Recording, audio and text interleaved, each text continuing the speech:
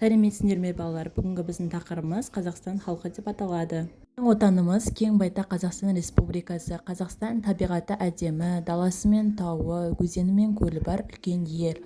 Біздің Қазақстанда сонымен қатар ауылдар мен қалалар бар. Олардың өзінің әрқайсысының ерекшеліктері болады. Біздің елімізде көптеген ұлттар мен ұлыстар өмір сүреді. Олардың барлығы да тату-тәтті бейбітшілікте өмір сүріп жатыр. Олардың әрқайсысының өзінің мәдениеті, тағамы, дәстүрі бар, сонымен айрықша ерекшеленеді. Біздің елімізде әр ұлт өзінің тілін, мәдениетін сақтай отырып, қазақ тілін үйренеді. Сондықтан да біз көп мәдениетті, көп тілді еліміз.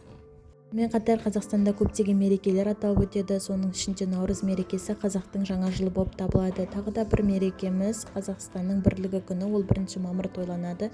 Бұл күн қазақтың бірлігі мен бейбітшілігін көрсететін күн. Біз еліміздің болашағымыз. Қазақстан бейбітшілік пен достық елі, бірлігі жарасқан еліміз.